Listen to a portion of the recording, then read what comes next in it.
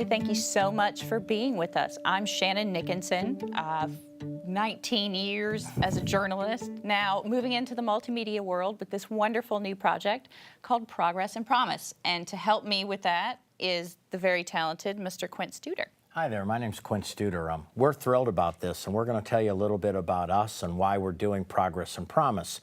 As Shannon said, my name's Quint Studer. I moved to town here in 1996 to be president of Baptist Hospital. In 2000, I started my own company, the Studer Group, and today, of course, many of you know me as the owner of the Pensacola Blue Wahoos, or my wife is the owner of the Bodacious Olive and the Bodacious Brew, and of course, we've been thrilled to be fortunate enough to make a lot of investments in downtown Pensacola. Through that, we did a lot of studying of what makes a city vibrant, what makes a community better. So we've worked real hard on that.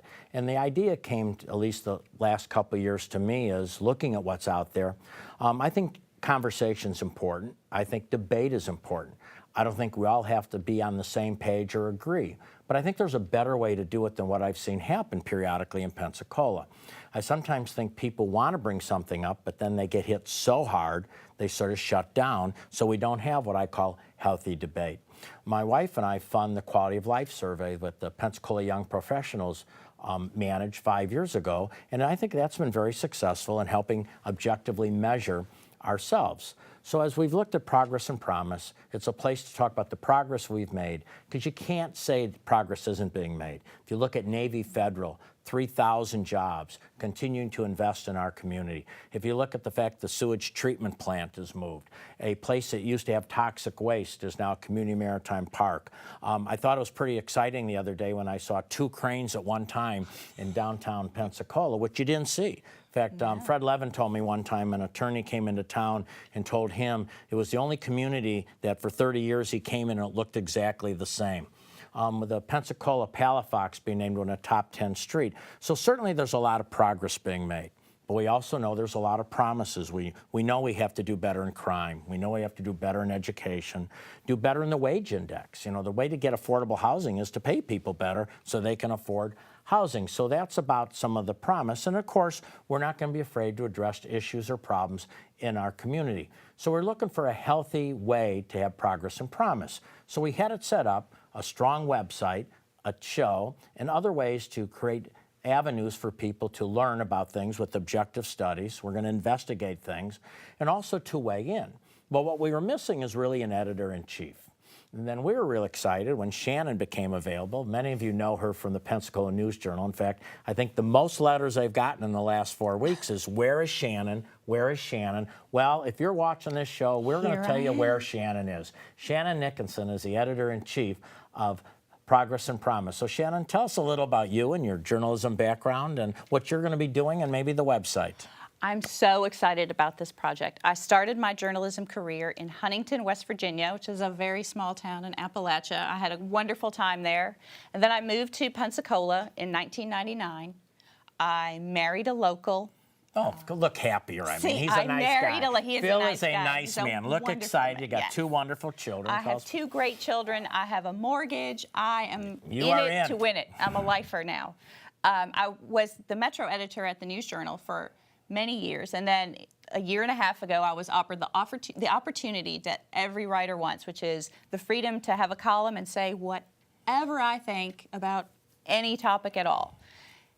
And then I had a moment of pause. We came to a crossroads there, and happily, I was able to engage in this project, which is going to be so exciting because it's web-based fully. And of course, we all know that's where the future is. And one of the things that I think we ought to be honest about when it comes to daily journalism is that traditional media outlets struggle for many good reasons because of budgetary concerns, staffing shortages, changing consumer habits about the way people find and use and share, most importantly, share their news. Sometimes a traditional media outlet is not going to be able to do all of the things that we would really like for it to be able to do. And there are good stories in Pensacola. There are wonderful stories in Pensacola, but they just don't always get the time or space or attention that they deserve. And we want Progress and Promise to certainly be the place where those things can be highlighted. We also want to be honest about our flaws, because Everyone has one. You need to look in the mirror and be honest about what you see. And when we identify a problem, we don't just want to engage in point scoring or finger pointing or saying it's your fault or his fault or her fault. We're more interested in finding out what might be a good solution to this problem, because if we haven't figured it out in this community, there are other communities all around the country who face challenges just like the ones that we do. They might have a lesson or two for us to take, and I think that this is going to be a really great forum for us to explore that. And if those of you who don't know this, Shannon went to probably the best journalism school in the United States of America, Northwestern, which is, I couldn't get into it, but I've heard about it. I've heard about it, so I think it's just marvelous. And tell us a little bit about the website. So, for example, how do I get to the website? You're editor-in-chief, and you can tell people you've been given freedom, just like every place else, to write what you want to write. There's nobody looking over. I'm certainly not. Even though we're funding it, I'm not saying, oh, don't write this, because that's not how we operate. We operate with objectivity, integrity, and honesty. So tell us a little bit about the website. How do I get to it? And if I went to it like right now, what would some stories that I might be seeing on it today? Right now, you will see a great story about something that's a wonderful story for Pensacola right now, which is Southwest Airlines finally having service to our Pensacola International Airport. That is a deal that is decades in the making, and though the folks who are in office right now are certainly going to be the ones to get the pat on the back, that also collaboration is the key to making that deal come through. We have a wonderful lead story on the website right now about an innovation institute that UWF is going to build in the historic and culturally rich Belmont de Villers neighborhood, in a building that Quint has invested in, and is with Eddie Todd. With Eddie Todd, and we're turning that into a fantastic space for people to come from all different parts of the community to brainstorm about creative solutions to problems in their business or in their education system, or even in the community at large.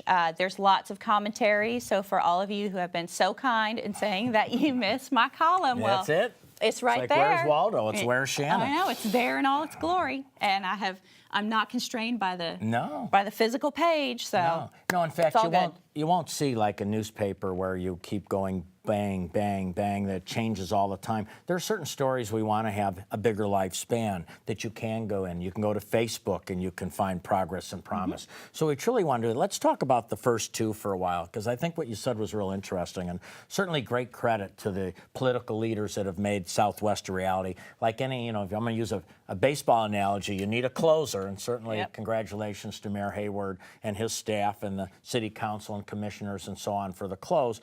But also, I think, again, in reading Gallup and reading research, things sometimes start way before you see it happen. I look at our downtown. I think some of the changes started years ago, but I remember when I first almost 2000, it started hitting me that a group of people were trying to get Southwest Airlines and staying on that to-do list. So certainly great credit to many of those that worked so hard early on, all the mayors, all the city council.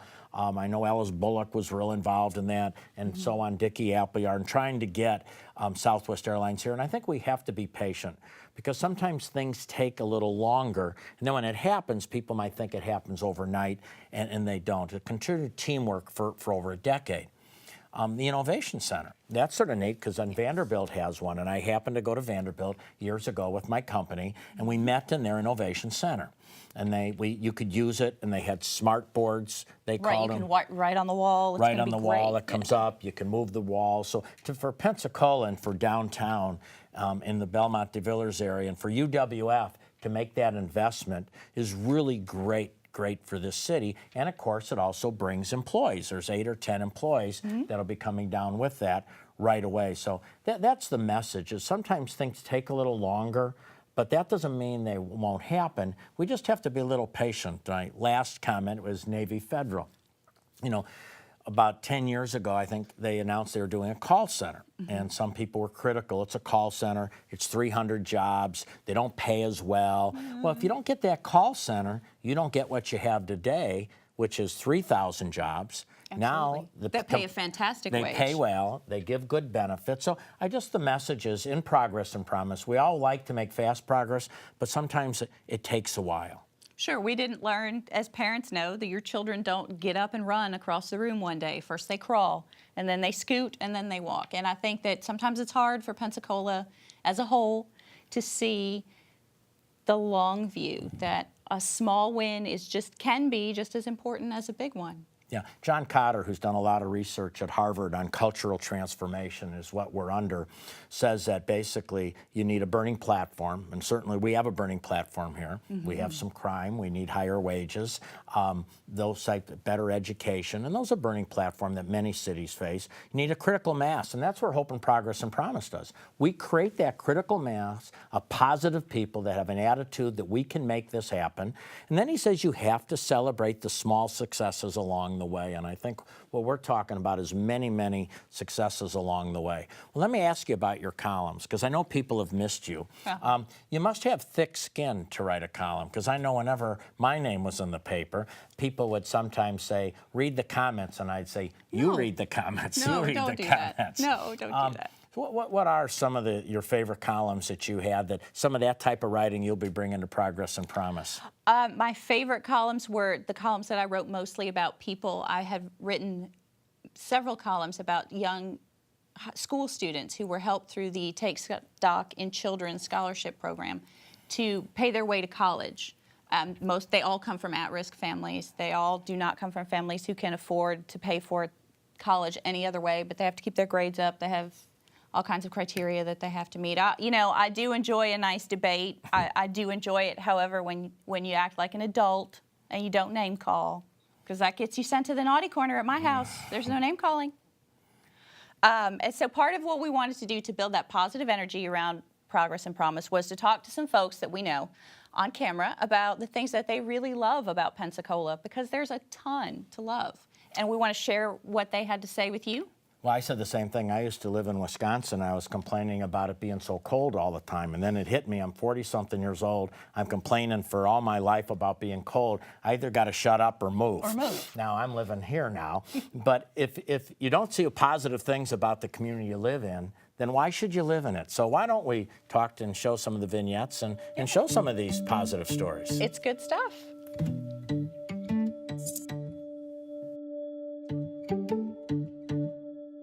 You have to start with the beach, in my opinion.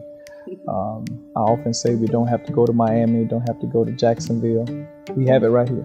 Beauty is as close as the bay. Pensacola has a lot of great strengths, and some of them are obvious, and people talk about them all the time, like the beaches and the weather and all of that. But the thing that my wife and I love about Pensacola, first and foremost, is the people. We have found the people to be very, very generous and kind and neighborly.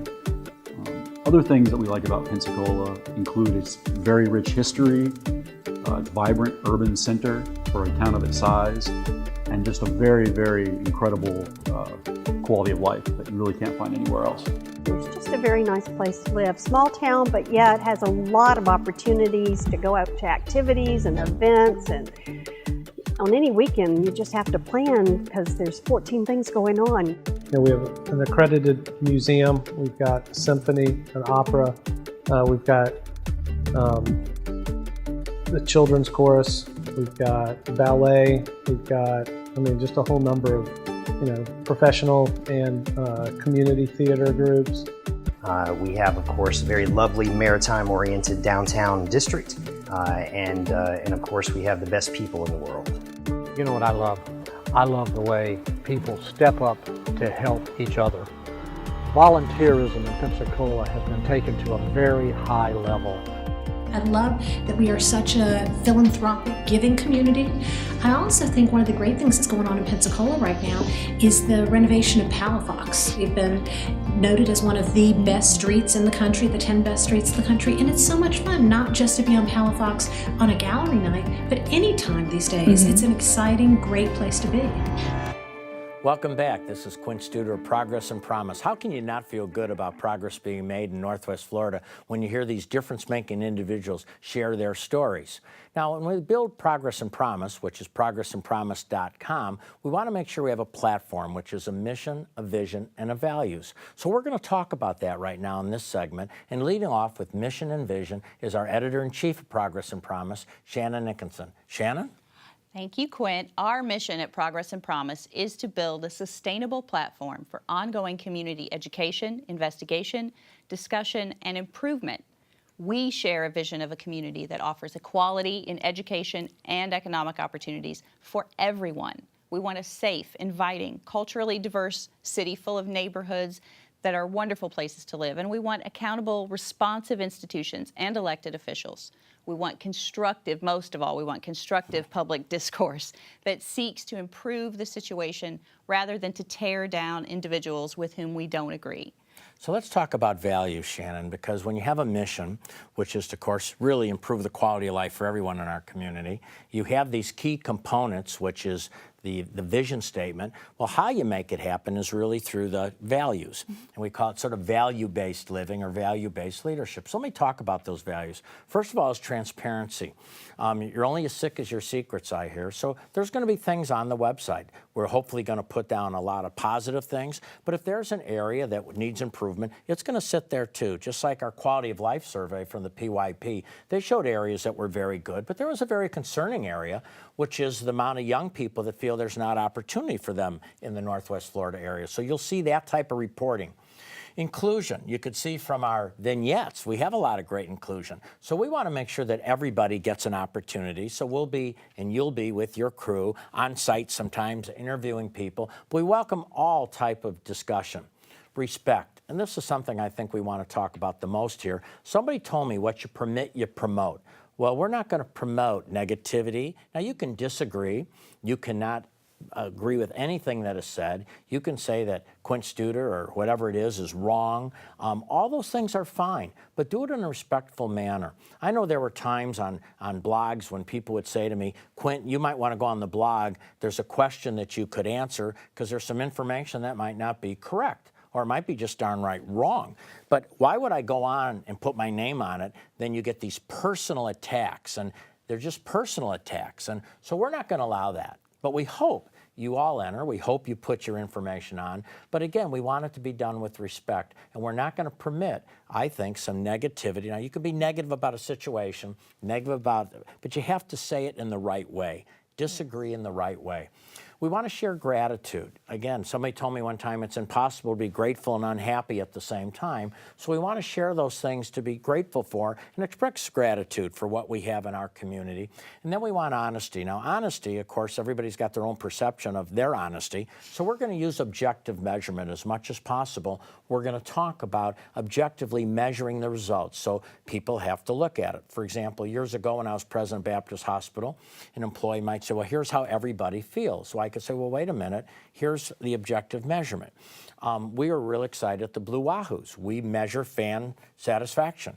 So recently when somebody asked about how do the fans feel, well, we can say, well, let me tell you, there's a 92% of the fans that come to a game rank it a 9 or a 10. So honesty, but we'll look for objectivity. So let's talk about some of those things that do need to maybe be improved upon, those things that we do want to look at. So let's look at some new vignettes and talk about what are some things that we might want to look at that could be a little bit better in Northwest Florida. So join Shannon and I now as we look at another set of vignettes.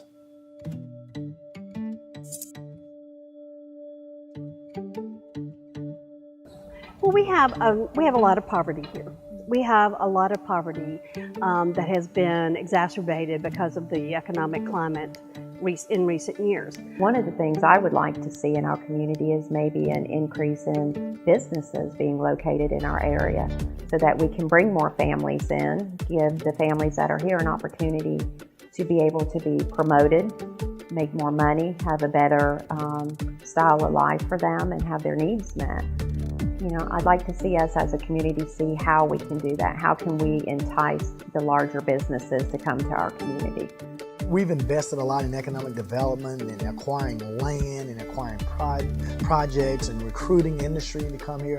But I think that we simply failed in investing in our greatest asset, and that's human capital.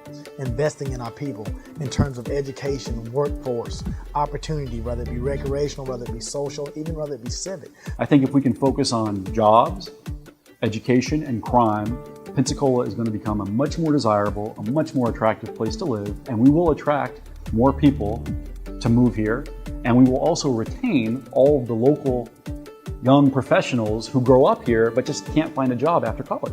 You see, in general, in the town, there's a group, and even the things that we want to do to downtown, there's a small group that wants things to move forward, and then those who want to put roadblocks and don't want change.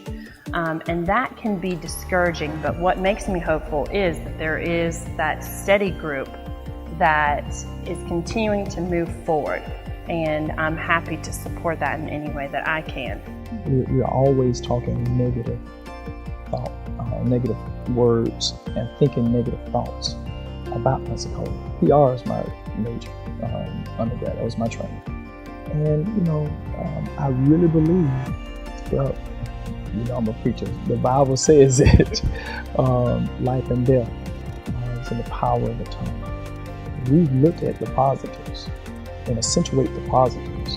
First off, our thought process will change. And then once our thought process changes, we'll start acting like we really do have a great community.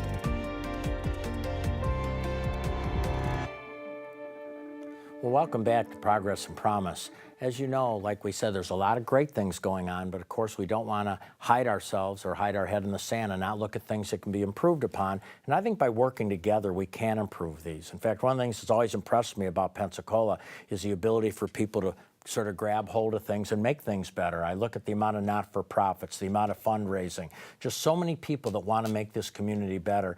It's rather marvelous at what's going on. Now with Progress and Promise, we're going to also have some great research. In fact, we're doing research right now on how to bring more residential living into downtown Pensacola, how to create more retail in downtown Pensacola. We're going to have things in there about all the great not-for-profits and what they're doing. So you'll see over the years that come that you're going to see some great research on there. You're going to create some discussion topics on there. And of course, we're going to celebrate those wins as we make our progress.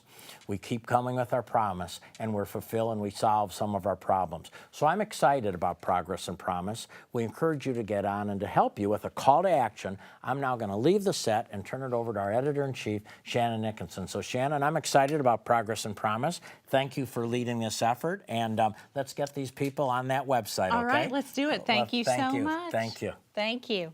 All right, of course, we are only as good as the feedback you give us. That's why we have contact forms on our website. We want you to follow us on Twitter. We have a Facebook page where you can stay engaged with us. Of course, we have email, and well, if you're old school, you can pick up the telephone.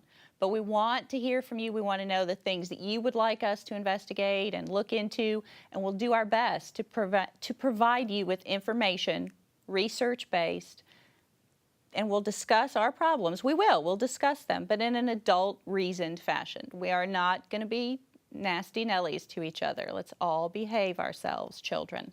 Thank you.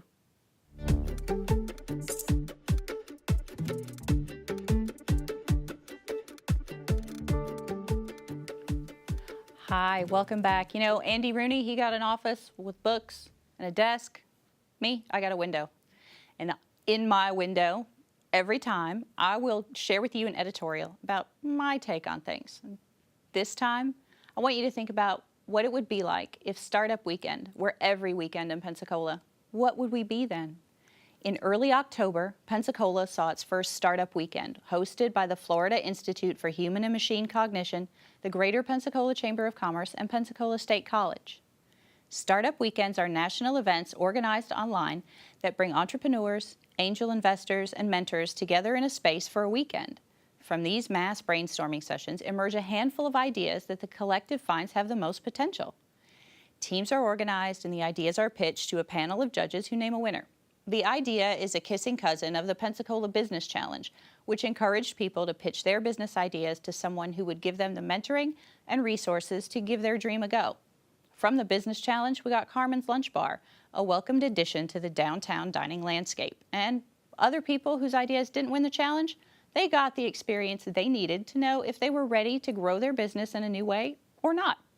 Make no mistake, there are many examples of how our civic flaws keep progress at bay in Pensacola. But at Startup Weekend, some of the people whose ideas failed to make the final grade ended up working on teams for ideas that did. Imagine that. Your idea lost in the voting, but you set aside your disappointment and worked to make the idea that did rise to the top the best it could be. The collaborators on the winning project from Startup Weekend were a mix of ages, races, and experience. They used collaboration to create a better product to serve a need in the community and the marketplace. They were brought together by education, research, and private business entities working in concert. Elizabeth is the big one, as Fred Sanford used to say. But now really put your thinking cap on. What if we did that every day? What if scoring points at someone else's expense, tempting though it may be, were replaced with offering an alternative solution to a common problem? What if every disagreement didn't end up being so personal? Then we really would think we've died and gone to heaven. We live in a place of unequaled natural beauty. We are building one of the best streets in America on Palafox Street. Navy Federal Credit Union is hiring hundreds of people to jobs that pay a living wage. We have a growing cluster of tech companies that are building our base of intellectual capital. We live somewhere that people save all year to come for a week. We have problems. Too much poverty, too much crime confined to certain zip codes, and too little education. But we have the tools to change those things. We must make the choice to pick up those tools and use them together. Thanks for joining us. We hope you come back. Check us out online at progresspromise.com. Keep in touch with us at Facebook and through our Twitter feed. We'll see you next time. Thank you.